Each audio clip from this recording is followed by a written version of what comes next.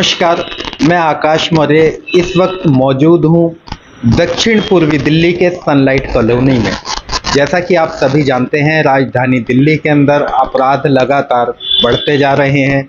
वहीं दूसरी ओर अधिकांश मामलों में देखा जाता है कि पुलिस की ढील के चलते अपराधियों के हौसले अक्सर बुलंद हो जाते हैं। ठीक ऐसा ही बेहद चौंका देने वाला मामला सनलाइट कॉलोनी से हमारे सामने आया है। आप देख सकते हैं हमारे पीछे ये ज्वेलरी की एक शॉप है, RCDP ज्वेलरी की एक शॉप है। 3 नवंबर 2024 की शाम को समय लगभग 5:45 बजे इसी दुकान में दो व्यक्ति शटर उठाकर इस दुकान के अंदर घुस जाते हैं।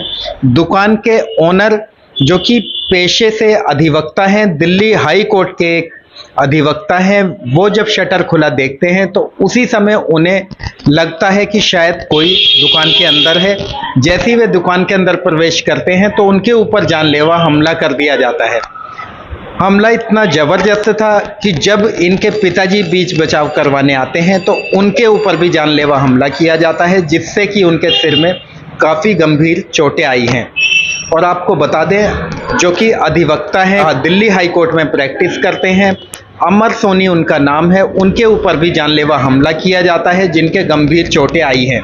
जब पुलिस को इस घटना की सूचना दी जाती है, PCR कॉल करके फ़ोन के माध्यम से जब पुलिस को इस घटना की जानकारी दी जाती है, तो पुलिस इनके पास नहीं पहुंचती है, ना ही कोई भी पुलिस का अधिकारी इनसे संपर्क करता है। आइए हम सीधा जुड़ेंगे पीड़ित अधिवक्ता अमर सोनी से और आपको दिखाएंगे आखिर क्या है पूरा मामला। क्या नाम है सर? सर, मेरा नाम एडवोकेट अमरदीप सोनी है। सर, क्या घटना हुई थी आपके साथ 3 तारीख? सर, 3 तारीख को जब मैं अपने घर की तरफ आया, मेरी दुकान मेरे घर के नीचे ही है, तो दुकान वो बंद करके गया था मैं। बट जब जैसे ही आया तो मुझे दुकान का शटर खुला दिखा। जब से शटर खुला दिखा तो मुझे थोड़ा हैरानियत सी हुई। इसी दुकान का जहाँ बैठे हैं सर, इसी दुकान का। जब शटर खुला दिखा, लाइट दिखी मुझे जलती हुई, तो मुझे हैरानियत हो गई और मैं अंदर घुसते मैंने 2 लोग देखे। एक गले के इस तरफ थे, एक गले के इस तरफ खड़ा हुआ था। जैसे ही उन्होंने मुझे देखा आते हुए, वो वैसे गेट पे आ गए और गेट पे आते ही मुझे रोक दिया। उन्होंने जो दुकान के अंदर जो भी चीज थी वो उन्होंने यूज करी मुझे मारने के लिए। सारी चीज, कोई ऐसी चीज नहीं छोड़ी जो जिससे उन्होंने मुझे मारा ना हो। अच्छा, मारने वाले कितने लोग थे? 2 लोग थे अंदर 2 लोग थे जिन्होंने मुझे मारा है, और बेरहमी से मारा है। मतलब अंदर घुसते ही इन्होंने मुझे मारना ही चालू किया। मारते मारते कभी दुकान के इस तरफ, कभी दुकान के उस तरफ, कभी पीछे, मतलब लगा लो मारते मारते मुझे बना दिया उन्होंने। तुरंत मेरे पिताजी आ गए। पिताजी पे भी हमला हुआ, उनको मैंने बचाया। क्या उनके पास ऐसा कुछ महसूस हुआ, कोई हथियार हो या जान लेने की कोशिश करने वाला कोई हथियार मौजूद था उनके पास? ऐसा हथियार नहीं था, बट उन्होंने पेपर स्प्रे का इस्तेमाल किया। झगड़े में हमें मारा भी और हमारे ऊपर पेपर स्प्रे का भी इस्तेमाल किया, जो मिर्ची वाला स्प्रे होता है। उसकी वजह से मेरा भतीजा हर्ष सोनी, उसको बहुत दिक्कत हुई सांस लेने में। मेरे पिताजी एक्टिव निमोनिया के पेशेंट हैं, उन्हें बहुत दिक्कत हुई सांस लेने में। मुझे भी खांसी आई, मतलब जितने लोग वहां उपस्थित थे सबको वहां पे खांसी आई उनके एक एक्ट की वजह से, जो उन्होंने पेपर स्प्रे छेड़ा। आनंद सोनी है, उन्होंने छिड़काई, जिससे सबको दिक्कत हुई, हम सबको बहुत दिक्कत हुई। अच्छा, उन सभी की कैमरे में पहचान हो पा रही है? बिल्कुल क्लियर पिक्चर आ रही है, क्लियर उनकी दिख रही है कौन है। फेस भी क्लियर है, उनका एक्ट भी क्लियर है, मारने का सब कुछ बिल्कुल दिख रहा है वहां पे।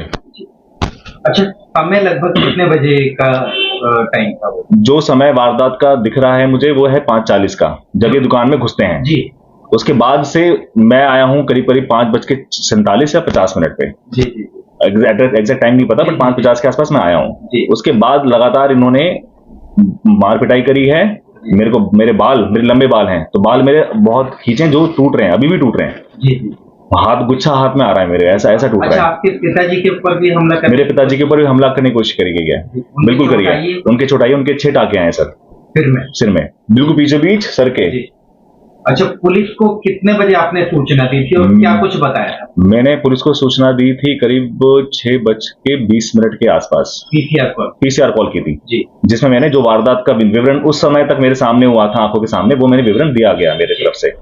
उसके बाद भी पुलिस PCR मेरे पास नहीं आई, ना ही मुझे कोई कॉल आया। PCR कॉल आता है, जी हाँ कहाँ पे आए हैं, मेरे पास कोई कॉल नहीं आया, मेरे पास कोई PCR नहीं आई मेरे मौके पे। मेरे को सिर्फ जो आईओ था, जो मेरे स्टेशन का आईओ था, उसका मुझे कॉल आता है करीब करीब 10 साढ़े 10 बजे रात को। क्या नाम है उनका? उनका है एसआई मनु। अच्छा, मनु। अच्छा सर, इसमें जब आपने पुलिस को सूचना दे दी थाने जाकर, तो क्या पुलिस ने एफआईआर दर्ज की? तुरंत कुछ नहीं किया। मैंने अगले दिन, जैसे उस दिन मैं हॉस्पिटल से लेकर आया, तो उस रात को तो जा नहीं पाया कमरे में। फादर भी थे, मैं भी था हॉस्पिटल में। फादर की तबीयत खराब है। फादर मेरे उस इंसिडेंट से एक हफ्ते पहले मैं इनको डिस्चार्ज करा के लेके आया था जी।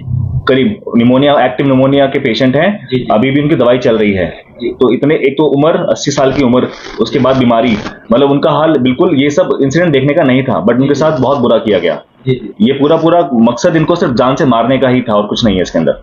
अच्छा, इसमें एमएलसी बनी है? बिल्कुल एमएलसी बनी है। आपने कंफर्म कर ली? बिल्कुल बनी है। अच्छा, आपके साथ कोई इसके अलावा, मार पिटाई के अलावा और कोई लूटपाट जैसी? आनंद सोनी ने वार किया गले पे और वो मेरी चैन खींच ली जी। उसके बाद से चैन मुझे नहीं दिखी, तो पूरा शक मेरे को है कि चैन भी उन्होंने मेरी निकाली है। आनंद सोनी जी। क्या लगता है, लूटपाट करने की भी कोशिश की? बिल्कुल, उसमें दिखाने की जरूरत ही नहीं, बताने की जरूरत ही नहीं है। अगर कोई चीज किसी की बंद है, आपको किसी को कोई हक नहीं बनता उसे खोल के अंदर घुसने का। अगर आप घुसे हैं तो आपका मकसद एक ही है, आप लूट ही करना चाहते हैं। आप रॉबरी करने आए थे मेरी दुकान पे। परचून की दुकान नहीं है मेरी, ज्वेलरी शॉप है। अब ज्वेलरी शॉप में आप घुस रहे हैं, इसका मतलब लूट के इरादे से घुस रहे हैं आपको, तो और कोई हिसाब बन ही नहीं सकता आपका इसके अंदर। अच्छा, कुछ इस घटना से संबंधित जैसा कि कैमरे लगे हैं, फुटेज वगैरह आपके? मेरे पास सारी चीजें हैं जी। तो सारी चीजें मैंने पुलिस वालों को विद सेक्शन 65B सर्टिफिकेट मैंने प्रोवाइड करा दिए हैं जी। हाँ। पुलिस की अब तक की कार्रवाई से आप कितने संतुष्ट? पुलिस की जो कार्य है, शुरुआती कार्य से बिल्कुल संतुष्ट नहीं हूं मैं जी। पीसीआर कॉल पे पीसीआर आनी चाहिए थी जी। मुझे कॉल आना चाहिए था, मेरे से मिलना चाहिए था, मेरे पिताजी से मिलना चाहिए था, बट मेरे पास कोई नहीं आया। मुझे ही हर बार जाना पड़ा। मतलब एक अधिवक्ता होते हुए दिल्ली में प्रैक्टिसिंग एडवोकेट को ये परेशानी का सामना झेलना पड़ रहा है। एक आम इंसान का तो क्या हालत करते होंगे, एक प्रैक्टिसिंग एडवोकेट के साथ ही करा है इन्होंने। कोर्ट में आप प्रैक्टिस कर रहे हैं? सर, मैं डिस्ट्रिक्ट कोर्ट, हाई कोर्ट में प्रैक्टिस करता हूँ दिल्ली के अंदर। हाँ जी। अच्छा, इसके बाद आपके पिताजी के थ्रू, जैसे कि एजेड हैं, हाँ जी, कोई सीनियर सिटीजन को लेकर पुलिस में कोई स्पेशली कोई section? No sections has been added by them.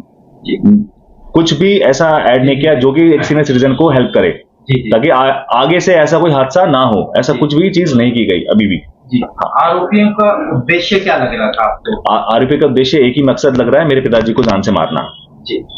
और मैं दिखा तो मेरे को मारा गया, वरना वो मेरे पिताजी को ही मारते। अच्छा, सिर में जो चोट आई है, कितने टांके हैं आपके पापा के? मेरे पिताजी के 6 टांके आए हैं सर पे जी। हाँ, और आपके? मेरे 5 टांके आए सर सिर में सर। तो पुलिस ने इन धाराओं के तहत मामला दर्ज किया? जो अभी तक मेरे पास एफआईआर की रिपोर्ट नहीं आई है। अच्छा। हाँ, इतना बता दिया गया कि एफआईआर रजिस्टर्ड है जी। अभी तक ऐसी कोई और एक्सप्लेनेशन मेरे पास नहीं है एफआईआर के रिस्पेक्ट। आपने एफआईआर का नंबर जानने की कोशिश? मैंने जाने की कोशिश करी, बट अभी तक मेरे को नहीं मिली है। हाँ, तो क्या लगता है, कहीं ना कहीं पुलिस ढील बरत रही है इस मामले में? अगर कोई इंसिडेंट होने के बाद 3 तारीख के बाद अगर आज तारीख 7 हो जाती है जी, इतने दिन तक अगर इतने टाइम में अगर कोई एफआईआर हो रही है, तो उसका मतलब ढील तो बढ़ती जा रही है जी। अब पुलिस ने आपको कोई आश्वासन दिया है आरोपियों की गिरफ्तारी को लेकर? अभी तक कोई आश्वासन नहीं दिया गया। मैंने उनसे पूछा कि गिरफ्तारी कब तक कर रहे हैं, अब तक मेरे पास कोई इन्फॉर्मेशन नहीं है उसके रिगार्डिंग जी। हाँ जी। हमारे चैनल के माध्यम से दिल्ली पुलिस के तमाम आला अधिकारियों से आप क्या कहना चाहेंगे इस घटना को? मेरी रिक्वेस्ट है कि जो भी इंसिडेंट हुआ उसकी डिटेल्ड कंप्लेंट मैंने दे रखी है, और उसके हिसाब से कंप्लेंट के हिसाब से एफआईआर होनी चाहिए। अगर हुई है तो रेलेवेंट सेक्शंस होने चाहिए, और जल्द से जल्द उन सभी लोगों के गिरफ्तारी भी होनी चाहिए। यही मेरी एक रिक्वेस्ट है, मुझे मिलना चाहिए।